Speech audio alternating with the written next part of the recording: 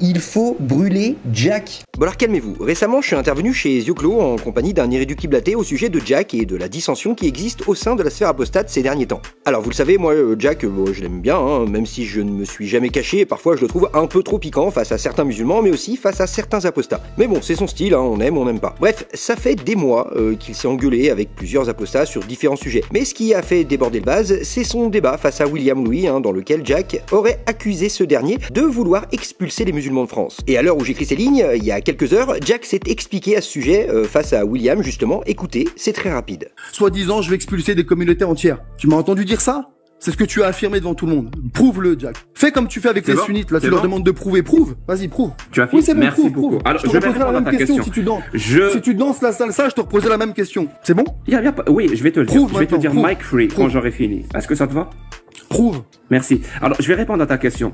Je ne t'accuse pas de vouloir expulser les musulmans. C'est bon. Même s'il y a une parole que j'ai prononcée qui t'a fait croire ça, c'est pas le cas. C'est bon, c'est fini. Et même si j'aurais pu dire ça, je ne vois à aucun moment, à quel moment j'aurais pu dire ça, parce que ça n'a aucun sens, ben je le retire. Parce que ça n'a aucun sens. Je ne t'accuse pas. J'espère que c'est aussi clair. Maintenant, j'espère que c'est clair. Hein. Je ne t'accuse pas de vouloir expulser les musulmans. Ma réponse, elle est claire, parce que ta question, elle est claire. Ma réponse, elle est claire. Bref, voilà, pour cette histoire précise, l'affaire est classée. Donc j'ai évoqué tout ce merdier chez Zioclo. Je vous laisse avec l'extrait et je vous retrouve à la fin pour un petit débrief. Allez, c'est parti. Ouais, ça a été vraiment très compliqué. Quand il a demandé aussi aux apostats de se dévoiler, je vois qu'il y a Jordan X qui est là. C'est Jordan. Jordan X, le journaliste officiel de Jack le Fou France Presse, officiel Jordan X. Comment vas-tu? Ouais, moi aussi, hein, de toute façon, c'est voilà, dérive, hein, c'est l'algorithme qui veut ça. Comment ça va et qu'est-ce que tu penses de tout ça, du coup, toi? Du drama. Jack bah oui, on en parle un petit peu là, ouais c'est un petit peu tendu, donc voilà, ça, on aura ton avis. Je pense, je pense que c'est un peu monté en épingle un non-sujet. Après, c'est vrai qu'au fur et à mesure des lives, Jack, quand il était face à des gens de droite, d'extrême droite, qui avaient un discours qui ne lui correspondait pas, que ce soit des apostats ou pas, il a donné son avis. Et de fil en aiguille, à chaque fois, il redonne son avis, et forcément, ça fait des incompréhensions, des mécontentements au sein de la sphère apostate, parce que oui, au sein de la sphère apostate, ils n'ont pas tous la même idéologie. Et de là, après, c'est parti un peu en cacahuète. Mais bon, j'admets que parfois Jack, il peut être un petit peu acerbe, de la même manière qu'il l'est avec certains musulmans aussi. Hein, voilà. Et je le remarque aussi quand il est un petit peu trop piquant avec certains musulmans. Mais ça fait partie de lui. Après, moi, là où je trouve, après c'est son ressenti, donc c'est difficile d'aller contre ça. Il s'est senti harcelé. Bon, j'ai regardé un petit peu sur Twitter. J'ai vu un petit peu de taquinerie, mais... il avait dit ça avec Doomit aussi. À l'époque, Doomit, il a dit oui, je me fais harceler. J'avais dit, faut pas abuser. Après, il avait dit que non, finalement, donc il était revenu là-dessus aussi. Après, comme je dis, c'est toujours compliqué d'aller à l'encontre d'un ressenti. Bon, s'il ressent qu'il était harcelé, voilà. Mais il faut quand même garder en tête que si tu désinstalles Twitter, il n'y a plus rien. Ça reste très confiné à une partie de la sphère. C'est comme ça, j'en ai discuté avec... en fait, c'est Bébert, hein, en gros, Bébert, Yanis, qui ont été ciblés à la part de Jack, considérant qu'il était harcelé par ces deux personnes. Et effectivement, il considère que... Après, je peux entendre, c'est-à-dire, en gros, effectivement, il lui tombe dessus. Mais comme c'est dans un court moment, effectivement, pour lui, ça lui paraît peut-être être du harcèlement. Je suis pas sûr que ce soit encore du harcèlement. Ça pourrait le devenir. C'est-à-dire que si ça dure comme ça pendant des semaines, etc., là, ce sera effectivement du harcèlement, etc.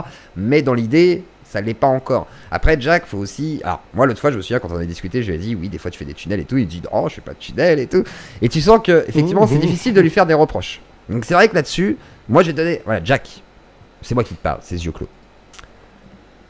Je sais que c'est pas toujours évident, mais des fois, si les gens, ils te disent, moi, je pense que... Même si t'es pas d'accord, malgré tout, accepte d'entendre que des fois on te dit ah j'ai l'impression que... Ça veut même pas dire qu'on a raison, des fois j'ai tort, des fois je pense que j'ai quand même raison et je pense même des fois avoir influencé sur ce que t'as fait, Jack.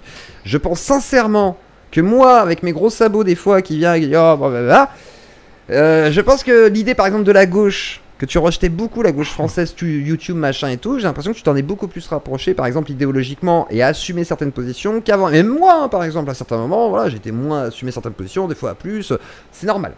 Et derrière, je pense qu'il y a une évolution. Et si je peux revenir rapidement sur le clash entre William Louis et Jack Le Fou, si vous vous souvenez, c'est vrai que pendant tout le débat, bon, bah, il y a eu un échange entre William et Jack. Donc bah là, forcément, Jack, il invectivait entre guillemets William, entre guillemets, hein, c'était un débat d'idées. Et c'est vrai que sur la fin, bah, il a tenu un discours que William a pris pour lui, mais moi en l'écoutant, à aucun moment j'ai senti William viser personnellement. J'ai plus ressenti, enfin j'ai eu plus l'impression qu'il a parlé généralement et ça lui a permis justement d'éclaircir son idéologie et de taper un bon coup du poing sur la table en disant à l'extrême droite. Enfin, je ne suis pas comme vous, mais j'ai pas vraiment eu l'impression qu'il s'en prenait directement à William Louis. Après, je me trompe peut-être, mais j'ai l'impression que tout ça, c'est un petit peu monté en épingle pour pas grand-chose, quoi. Et je trouve ça un peu dommage parce que c'est vrai que sur Twitter, du coup, t'as toute la clique des islamistes là qui se réjouissent de tout ça. Évidemment. Alors que c'est même, moi, je trouve ça plutôt bien qu'il y ait un échange d'idées, qu'il y ait des contradictions au sein du groupe. Il faut qu'il y ait ça, il faut qu'il y en ait. Hein. Tu vois, par exemple, là ce soir, il paraît que Cassius discute avec Jack. C'était obligé que ça arrive, de toute façon ça doit arriver, et je pense que c'est limite une bonne chose aussi pour faire réfléchir aussi à certaines choses sur la démarche, le côté militant politique peut-être qui peut parasiter, on va dire, la critique de l'islam, etc. Donc voilà. Jordan, je te rends la parole. Oui, non, moi c'était juste pour revenir sur le cas de William Louis, parce que j'ai vraiment l'impression que c'est ça qui a fait exploser. Il y avait eu déjà plusieurs petits clashs qui sont disponibles sur YouTube d'ailleurs, qui n'ont pas fait plus de bruit que ça, où encore une fois, je trouve que Jack y est peut-être allé un peu fort en comparant un apostat avec les terroristes. Bon, après c'est Jack, je veux dire, c'est un pro de la communication, il sait exactement les mots qu'il emploie, il sait comment faire pour faire réagir les gens. Est-ce que vraiment il pensait ça quand il a dit à cet apostat je te compare à des terroristes? Non, c'est plus pour faire réagir. Et le pire, c'est qu'il n'a même pas comparé, il a juste dit. Alors, moi j'ai réécouté, c'est vrai que pour le coup, moi je dis souvent ça, c'est le discours ressemble à celui des terroristes, comment on peut le différencier? Et j'avoue que moi je dis souvent ça, genre souvent j'ai des gens qui sont en face de moi, je dis pas que c'est des fachos par exemple, je veux dire t'as un discours qui ressemble à l'extrême droite, ou t'as un discours qui ressemble à des islamistes, ou t'as un discours qui ressemble à ça, ou un discours qui ressemble à des pédos, tiens. Et mais par contre ça ne veut pas dire que tu l'es. Après William Louis, je pense que lui ce qu'il a touché, c'est que il n'a pas beaucoup discuté à mon avis avec Jack, ils se connaissent très peu, et de fait il se fait prendre lui directement comme un militant Reconquête, alors que c'est vrai que pour moi William Louis c'est pas celui qui représente le plus Reconquête du coup dans la critique de l'islam, tu vois ce que je veux dire, c'est à dire que il sait mettre ça de côté quand il parle d'islam.